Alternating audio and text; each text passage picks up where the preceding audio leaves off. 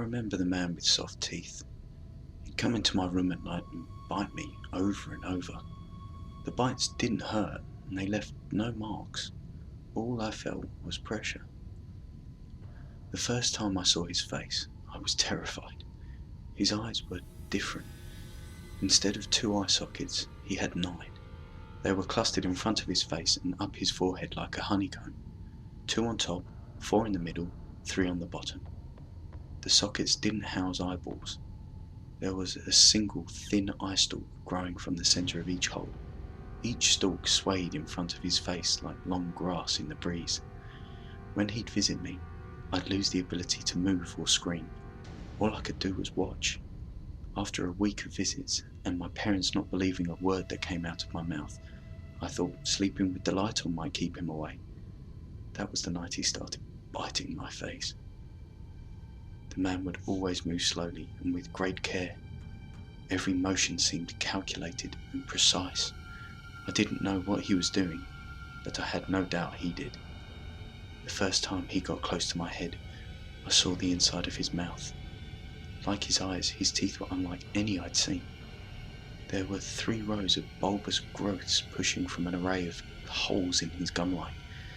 They looked as soft as they felt. Each one was covered in fine, downy hairs. They reminded me of the fat bodies of moths.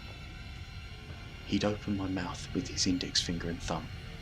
Then he'd get close. I felt his eye stalks brushing against my face and forehead, and his eyes as he pressed his upper teeth against my lower ones. He'd close his mouth around my chin, locking my lower jaw in his mouth. It was uncomfortable, but it didn't hurt. The man would stay there for 10 minutes at a time, gradually modulating the pressure of his jaw against mine. On the last night he visited me, he performed the same steps.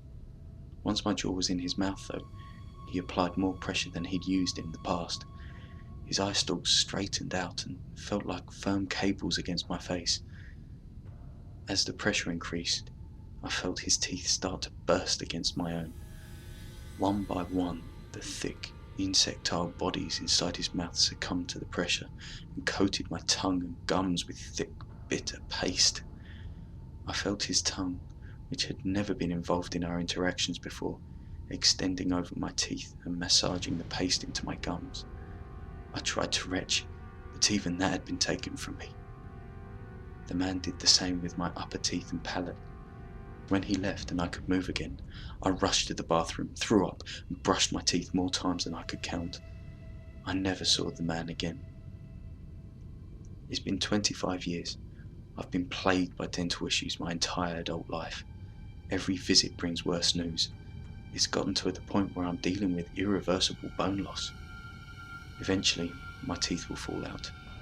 The foundation to which they're attached is simply deteriorating. It's not uncommon, but it's rare for someone my age who is otherwise in perfect health. As if on cue, the day after my most recent trip to the dentist, I lost my first tooth. I'd felt it loosening and the dentist said it was only a matter of time. More will follow. I scheduled an appointment to see him in 3 months. It was as frequently as my insurance would allow. More of my teeth started to wiggle when I poked at them with my tongue. I started to accept their fate. Recently, my resignation has developed flickers of fear and disbelief. The tooth that fell out started to grow back. I'd never heard of such a thing. But I can see something greyish white pushing through the raw socket. When I touch it with my tongue, it's soft, and I can feel my tongue brushing against it, almost as if it had nerves of its own. I'm trying not to think back to the memories of the man in my room, but it's impossible not to. Not when more of my teeth grow looser by the day. And especially not when I have 7 painful spots near my eyes and forehead that feel softer than they should.